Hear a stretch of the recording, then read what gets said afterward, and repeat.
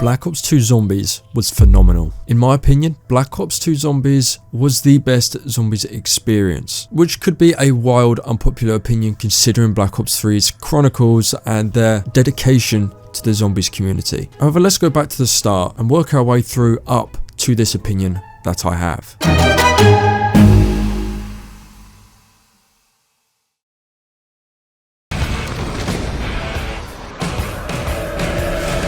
Call of Duty Black Ops 2 was first published in 2012, developed by Treyarch and published by Activision. To this day, Black Ops 2 as a game still receives a hell of a lot of praise from its community, even after 12 years of the game being out. Now, whilst we could sit here and praise the entirety of the game, ranging from campaign, multiplayer, and zombies is the game mode I'm going to be specifically looking into. But to further back the opinion that Black Ops 2 Zombies was the perfect zombies experience, let me briefly take you back to World at War.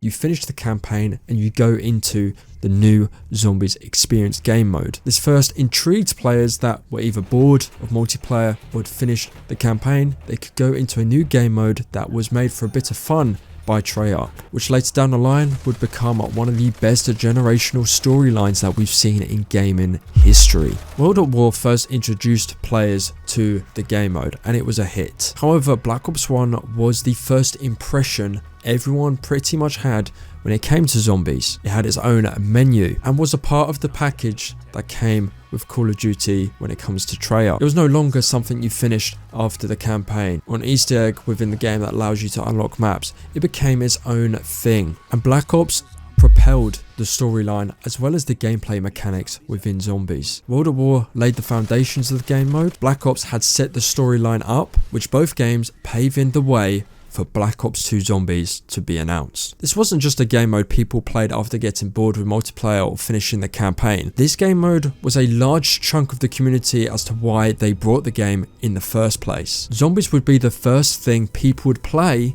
rather than the multiplayer and campaign itself. Now, even before you press that button to find a new game and land yourself within a zombies game, you had this unique UI where you could go around the world and see the maps you've either bought or unlocked, giving you a more better idea and refined picture as to where you're experiencing certain things within the world that was blown up on Moon back in Black Ops 1. Now, Treyarch were very ambitious when it came to the first map that you would play on Call of Duty Black Ops 2. You had Transit, which is debatable whether it's aged well or not, although within the new refined versions that modders are creating, you can really see the beauty of what Transit could have been, maybe if it was on a newer gen console made with better graphics. However, Transit broke off into 3 separate maps, these being Bus Depot, Town, and Farm. Looking back on this was a very unique idea, having one huge map then broken up into different segments. These maps would somewhat be a warm-up for those players to then go into Transit and do high round attempts or trying to complete the Easter egg. Now, Transit did not hit first off the bat. A lot of people were saying this map is utter shit, most notably the fog. The fog. That was the main thing that was coming up, as well as the new crew. The new crew wasn't entirely liked by the community. They found a lot of them pretty annoying, and having an annoying crew partnered up with a map that people don't like is a recipe for disaster. And with the high hopes and the prestigious name that zombies had due to World at War and Black Ops 1 paving the way for Black Ops 2 Zombies, this wasn't the impression maybe Treyarch was expecting from the community when Zombies first came out.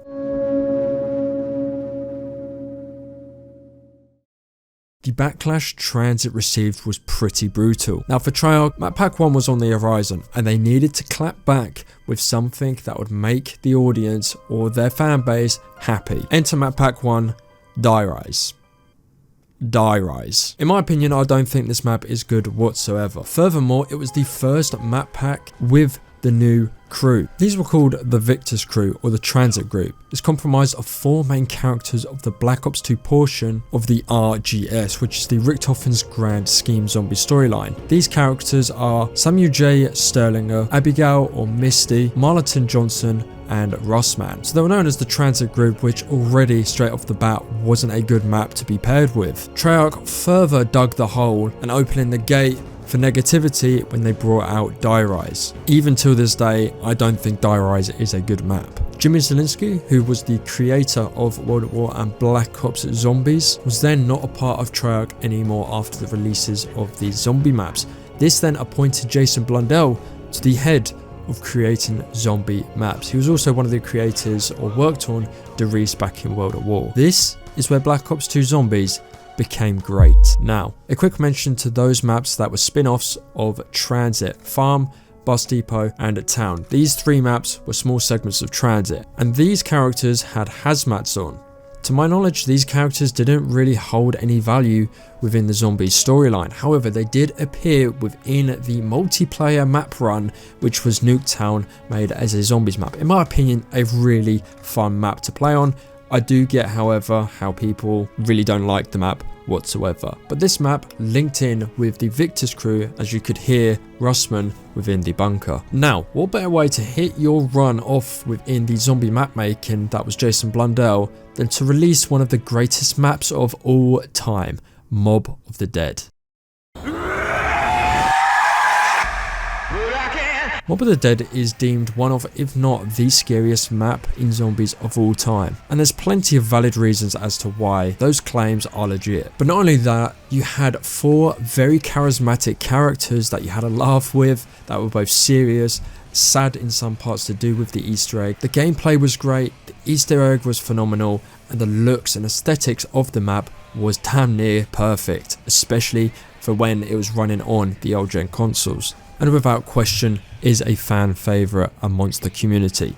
Buried then later followed. This was then reverting back to the Victor's crew, which in my opinion, Buried is a slept on map. I think it's great. I had a lot of fun going through the maze, going past the witches, not to mention all these new wonder weapons that were accumulating within these new maps. And I think the Victor's crew served well, especially when it came to the end of Buried. Need I introduce you to Origins? Definitely one of the top 3 maps of all time. The perfect way to end, in my opinion, the perfect game for zombies, which was Black Ops 2. We saw the original, or the RSG, Richtofen group scheme in their early years, really showing the parallel between their personalities, the younger selves talking amongst each other in game a lot more frequently than they did within the older maps such as Kino the Toten back in Black Ops 1. You kind of heard how tired and drained they were, obviously being a lot older and longer into the storyline. Origins was the perfect way to end the story within the game, which leads into why I believe Black Ops 2 is the perfect zombies experience. One word: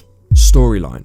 Yes, we had storyline within Black Ops Zombies, but the depth of storyline that Black Ops 2 Zombies had, in my opinion, is just another level. The Zombies experience I got within Black Ops 2 when I was growing up playing it and creating content on my other YouTube channels, I had a great feeling of balance between storyline and gameplay.